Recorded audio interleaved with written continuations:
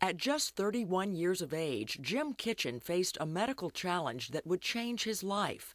But thanks to the doctors at Our Lady of the Lake Regional Medical Center in Baton Rouge, that challenge led to a positive outcome.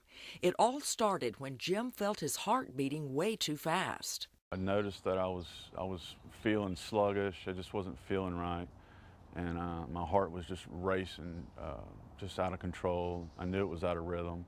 In fact, Jim's heart was beating 200 times per minute instead of the normal pace of 60 to 90 beats a minute. He was diagnosed with atrial fibrillation, a high-risk heart condition that usually affects patients ages 50 and older. Doctors first tried oral medication to keep Jim's heart in normal rhythm, but it didn't work. Jim's atrial fibrillation was aggressive. He had 13 episodes where he had to go to the emergency room to have his heart shocked to restore normal rhythm. Jim found the answer he was looking for when he learned that he could have a procedure called Afib ablation to correct the problem. Thanks to technological advances, doctors at Our Lady of the Lake can now perform Afib ablations in a variety of ways, offering greater precision and better results for patients. During a traditional Afib ablation, an electrophysiologist feeds tiny instruments into the patient's heart through a catheter inserted into the groin. They first identify cells in the heart that cause the heart to beat erratically and too quickly. Then they cauterize those cells to lower the patient's rapid heartbeat. Another possible option for some Afib patients involves this tool called the Sensei X robotic catheter system by Hansen. The robot provides advanced levels of 3D catheter control with 3D visualization. Electrophysiologist Dr. Andrew Smith says the Hansen robot gives him more stability and precision while operating. With the hansen, it allows us to translate all that pressure via the robot directly to where we want to go. So it allows better contact with the heart and better lesions, therefore, and then theoretically that translates into better outcomes for the patient. Another option for patients is called the convergent procedure. Electrophysiologist Dr. Kenneth Savello is part of a physician team that uses this two-part surgery to ablate outside and inside the heart. This procedure can be used for patients with aggressive atrial fibrillation.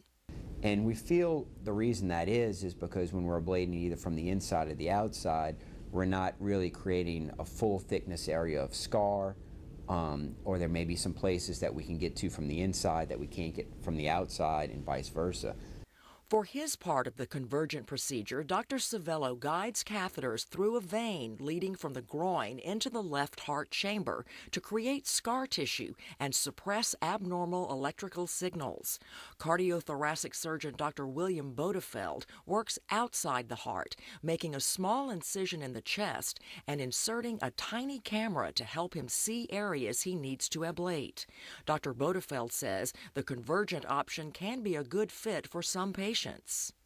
People that are symptomatic atrial fibrillation, people that have failed catheter ablation before, are actually very good candidates for this. The one caveat is they can't have previous abdominal operations. Ablation procedures are not for every patient with atrial fibrillation. Patients who undergo ablation procedures may still need to take some medication after surgery. In every case, the goal is to return the patient to normal heart rhythm as quickly as possible. On here, off, off, off. It's normal rhythm. And for patients like Jim, a normal heart rhythm meant returning to a normal life. Continued an active lifestyle, had a beautiful little baby girl, lost 70-something pounds, so just going about life like I should be. For more information on the Afib ablation procedures discussed here, contact Our Lady of the Lake Regional Medical Center at 225-765-6363 or at www.ololrmc.com/heart.